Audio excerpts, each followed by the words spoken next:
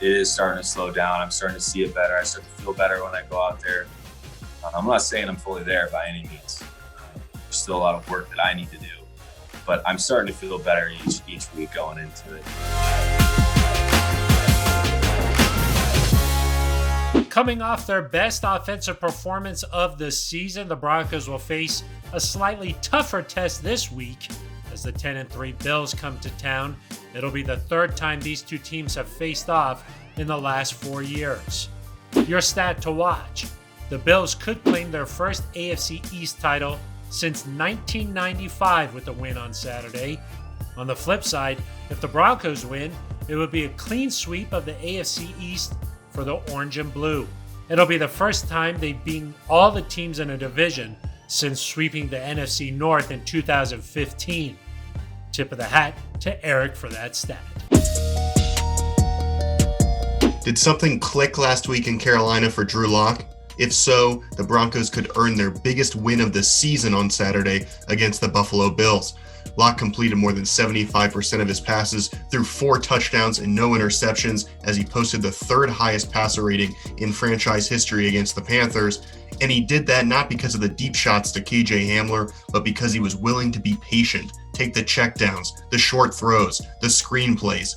But it's going to be a little bit harder to do that against the Buffalo Bills. They rank 4th in takeaways, and they're very opportunistic.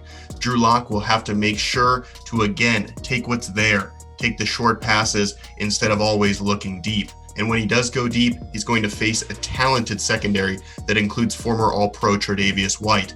If something really did click for Drew Lock and he figured things out, he can keep the Broncos in this game, but he's going to have to play near perfect again.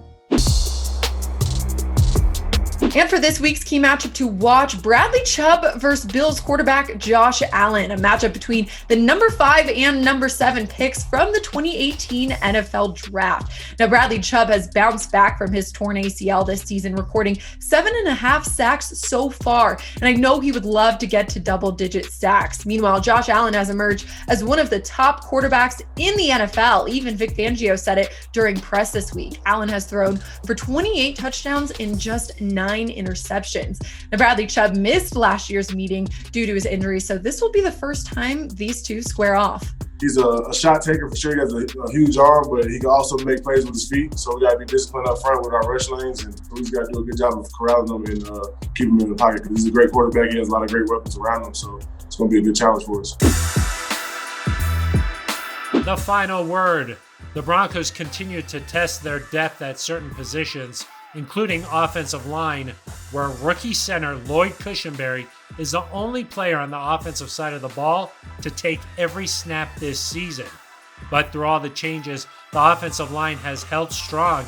They've allowed the 3rd fewest sacks in the NFL since week 4.